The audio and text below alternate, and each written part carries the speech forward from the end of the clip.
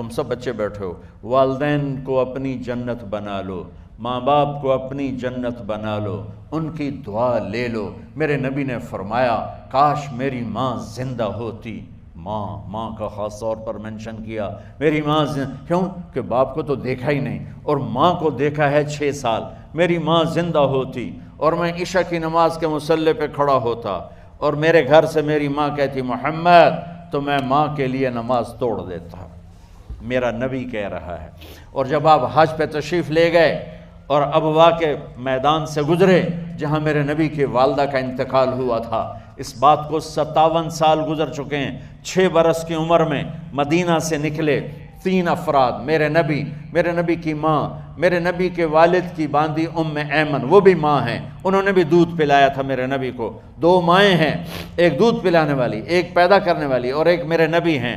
جب ابوا کے پہاڑوں میں پہنچے تو اچانک ہارٹ اٹیک سے حضرت آمنہ 25 سال کی عمر میں انتقال فرما گئیں، اور میرے نبی نے اتنا اس کا غم لیا۔ 6 سال کا بچہ، میں سن 2000 میں وہاں گیا تھا، میرے آنسوں نہیں رکنے کو آ رہے تھے کہ کہاں میرے نبی کی ماں کو اللہ نے اٹھایا، نہ کوئی آسرا، نہ کوئی سہارا، نہ کوئی رشتہ، نہ کوئی جھولی، نہ کوئی چھاؤں، ایسے تنہا یتیم کر دی۔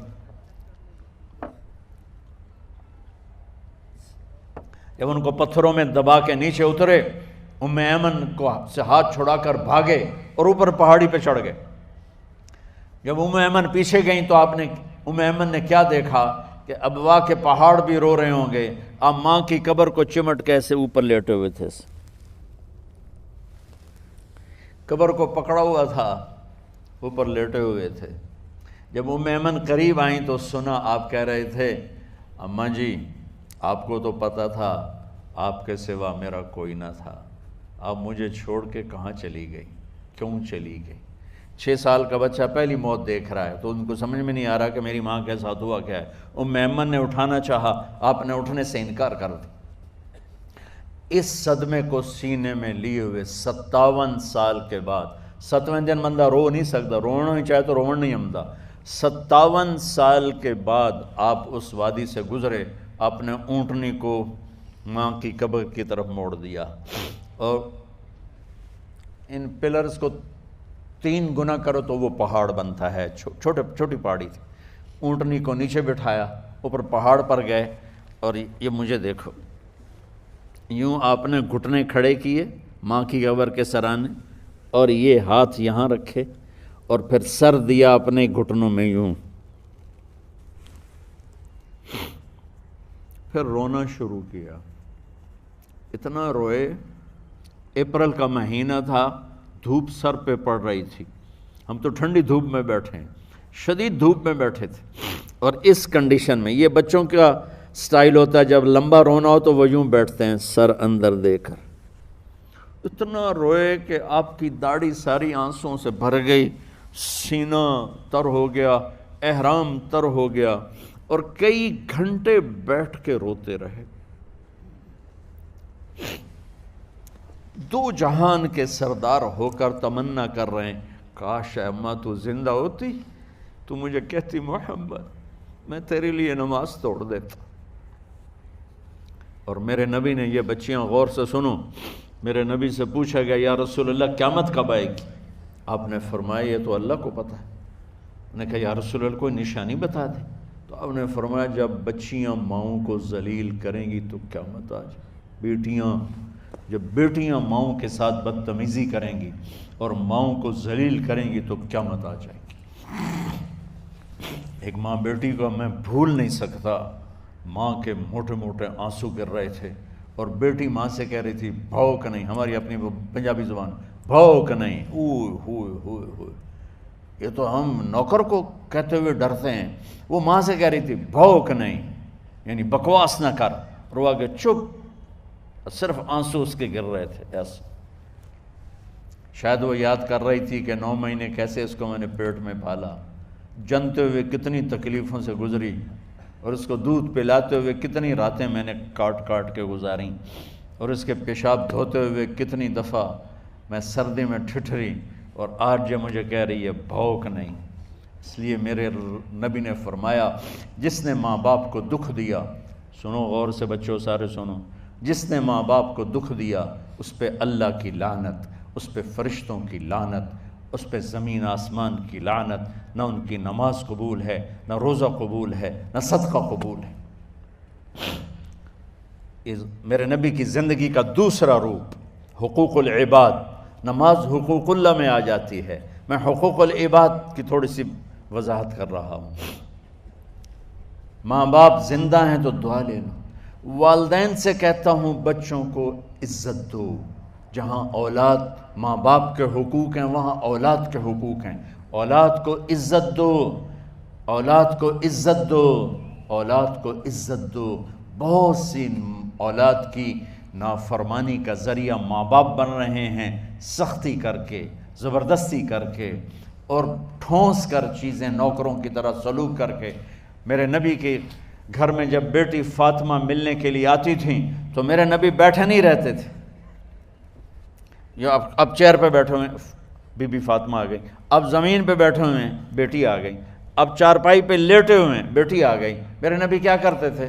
کھڑے ہو جاتے تھے، کھڑے ہو جاتے، ایک دم کھڑے ہو جاتے تھے، اور پھر کھڑے نہیں رہتے تھے، تیزی سے آگے بڑھتے تھے اور حضرت فاطمہ کا ہاتھ پکڑ لیتے تھے۔ یہ والدین غور سے سنو، حضرت فاطمہ کا ہاتھ پکڑ لیتے تھے اور ہاتھ پکڑ کے مجھے دیکھو یوں بوسہ لیتے تھے، بیٹی کا بوسہ لیتے تھے، پھر ہاتھ چھوڑتے نہیں تھے، ہاتھ پکڑے پکڑے لاتے لاتے لاتے ان کو چارپائی پر پہلے بٹھاتے تھے پھر خود بیٹھتے تھے۔ یہ باپ اور رسول ہو کر بیٹی کو یہ عزت دیتے تھے۔ پھر وہ جنت کی عورتوں کی سردار بنی، پھر وہ جنت کے سرداروں کی ماں بنی، پھر وہ اللہ کے شیر کی زوجہ بنی۔ تو والدین سے کہتا ہوں کہ اپنے بچوں کو عزت دو، عزت دو، عزت دو، عزت دو۔ پھر آپ سے زندگی کے بڑے فیصلے ہیں شادی۔ اب لوگ اکٹھے پڑھتے ہو لڑکے لڑکیاں، اپنی شادی کے فیصلے خود نہ کرو، اپنے ماں باپ کے حوالے کرو۔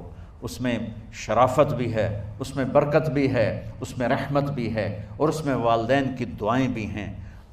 کورٹ میرج کو ہوا نہ دو، boyfriend girlfriend culture ہمارا نہیں ہے۔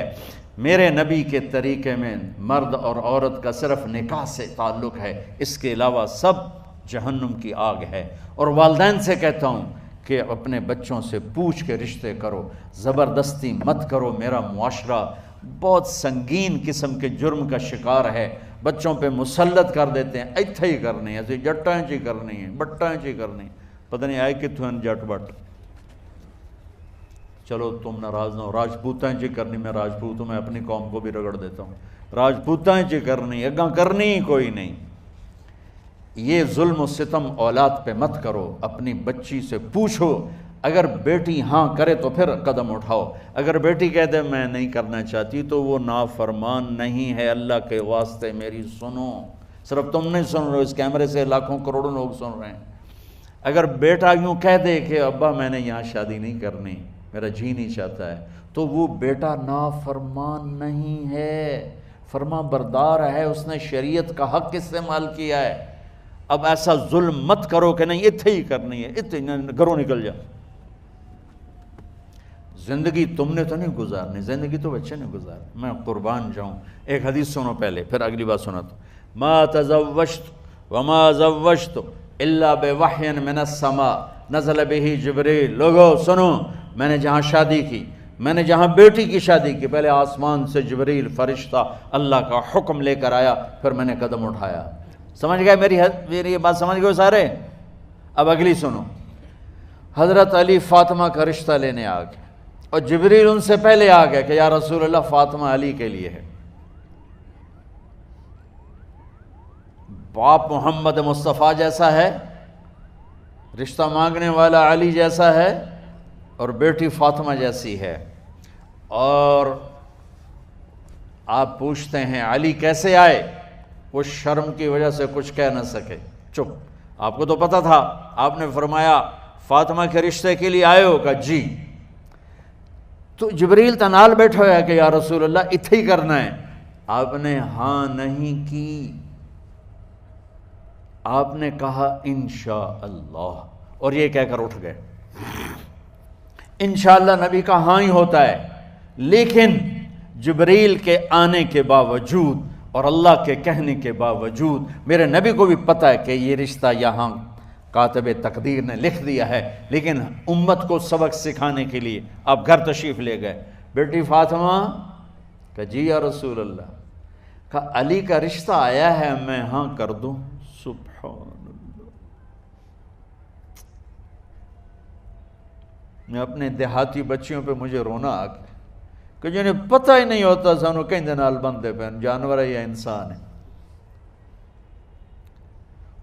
علی جیسا داماد، چلو علی کو چھوڑو، فاطمہ کو چھوڑو، جبریل آیا بیٹھا ہے، جبریل آیا بیٹھا ہے۔ اس کے بعد فاطمہ سے پوچھنے کی کیا بات؟ جبریل آ کر کہہ رہا یا رسول اللہ، اللہ کہہ رہا ہے فاطمہ علی کے لیے ہے اور علی فاطمہ کے لیے ہے، اور پھر آپ کہتے ہیں بیٹی فاطمہ ہاں کر دو۔ ہماری تو آج کی بیٹیاں انکار نہیں کرتی، چپ کر کے گاں ماش طرح بن چھڑ دین کلے نال۔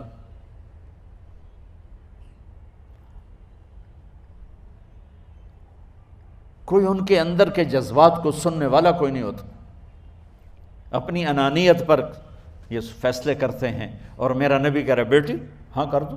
سبحان اللہ۔ آپ کا کیا خیال ہے فاطمہ نے انکار کرنا تھا؟ یہ تو یہ بیٹیاں نہیں انکار کرتی تو فاطمہ نے کہاں کرنا تھا؟ لیکن یہ سبق دینا تھا ان والدین کو جو نادانی میں نادانی کے فیصلے کر کے اولاد کو ہمیشہ ایک ٹھنڈی آگ میں دھکا دے دیتے ہیں۔ حضرت فاطمہ رضی اللہ تعالیٰ عنہا نے جب ہاں کی پھر آپ باہر نکلے۔ اچھا مزے کا واقعہ ہو، حضرت علی اٹھ کے باہر نکلے تو صحابہ باہر کھڑے انتظار کر رہے تھے کہ کیا ہوا۔ حضرت علی کو بھیجنے والے تھے عبد الرحمن بن عوف، پہلے ابو بکر گئے تو آپ نے انکار کر دیا، عمر گئے رشتہ مانگا، آپ نے انکار کر دیا۔ عبد الرحمن بن عوف نے علی سے کہا آپ جائیں، آپ کا رشتہ رد نہیں ہوگا۔ کہنے لگے میرا تو ذاتی گھر بھی کوئی نہیں، مجھے کہاں سے رشتہ ملے گا، میں تو بالکل غریب ہوں۔ کہا نہیں تم جاؤ۔ تو واپس آتے انہوں نے عبد الرحمن بن عوف پہ چڑھائی کر دی، ویکھیا ہے نا تو میں نو گلے آئی، انکار ہو گیا۔ تو صحابہ نے پوچھا کیا ہوا؟ کہا کچھ کہا ہی نہیں، چپ کر کے اٹھ گئے۔ تو عبد الرحمن بن عوف کہنے لگے کچھ بولے صحیح، کہ بس اتنا کہا انشاءاللہ، کہا تو مبارک ہو، نبی کا انشاءاللہ ہاں ہوتا ہے۔ کہا اچھا، تو اتنے میں آپ باہر تشریف لے۔ کہا علی، کہا جی، کہا لو بلاؤ، لوگوں کو بلاؤ۔ ساری مسجد بھر گئی، آپ کی ساری مسجد فل ہو گئی۔ آپ ممبر پہ کھڑے ہوئے علی کو سامنے بٹھایا، کہا لوگو یہ جبریل میرے پاس اللہ کا پیغام لائے ہیں کہ میں فاطمہ بنت محمد کا نکاح علی کے بن ابی طالب کے ساتھ کر دوں۔ پھر آپ نے خطبہ پڑھا اور کہا کہ علی، ہائے ہائے ہائے، میں نے فاطمہ بنت محمد کو 400 درہم مہر کے عوض تیرے نکاح میں دیا، تو نے قبول کیا؟ حضرت علی نے زور سے نعرہ لگایا میں نے قبول کیا، اور سجدے میں چلے گئے، اللہ کا شکر کا سجدہ ادا کیا۔ پھر میرے نبی نے وہیں سارے مجمع کو شہد کا شربت پلایا اور تازہ کھجوریں کھلائیں، اور پھر جب رخصتی ہوئی تو آپ نے حضرت علی سے فرمایا کہ آپ آ کے لے جاؤ۔ پھر آپ نے حضرت ام سلمہ، حضرت حفصہ اور جناب حضرت عائشہ رضی اللہ تعالیٰ عنہ، ان تینوں کو بلا کر فرمایا تمہیں پتہ ہے نا مجھے فاطمہ سے کتنا پیار ہے، تو تم فاطمہ کو دلہن بناؤ، اس کی تیاری کرواؤ، اسے دلہن بناؤ۔ تو ان تینوں نے حضرت فاطمہ کو دلہن بنایا۔ پھر آپ نے حضرت علی کو پیغام بھجوایا، وہ تشریف لائے، اپنی اونٹنی لے کر آئے، حضرت عقیل ساتھ ہے، سلمان فارسی ساتھ ہے، اور دروازے پر اونٹنی بٹھائی، آپ علی کو اندر لے گئے اور یوں فاطمہ کا ہاتھ پکڑ کے علی کے ہاتھ میں دے کر فرمایا علی تمہیں نبی کی بیٹی مبارک۔ سبحان۔ پھر آپ نے کہا میری بیٹی فاطمہ، مجھے اپنے خاندان میں جو سب سے زیادہ محبوب تھا میں نے تیرا ہاتھ اس کے ہاتھ میں دے دیا ہے۔ والدین سے کہتا ہوں اپنے نبی کی زندگی پڑھو۔ میرا درد ہے کہ ہماری ثقافت میں اسلام داخل نہیں ہوا، ہمارے عبادت میں اسلام آ گیا، بہت سارا مجمع مرد عورتوں کا نمازی ہے، حاجی ہے، عمرے کرتے ہیں، لیکن ثقافت میں نبوت کی جھلک دکھائی دے، ثقافت میں اللہ کا نبی دکھائی دے، وہ نہیں ہے۔ زندگی بیت گئی اس انتظار میں، مدت سے لگ رہی تھی لب بام ٹک ٹکی، تھک تھک کے گر گئی نگہ انتظار آج، پتہ نہیں کب صبح ہوگی۔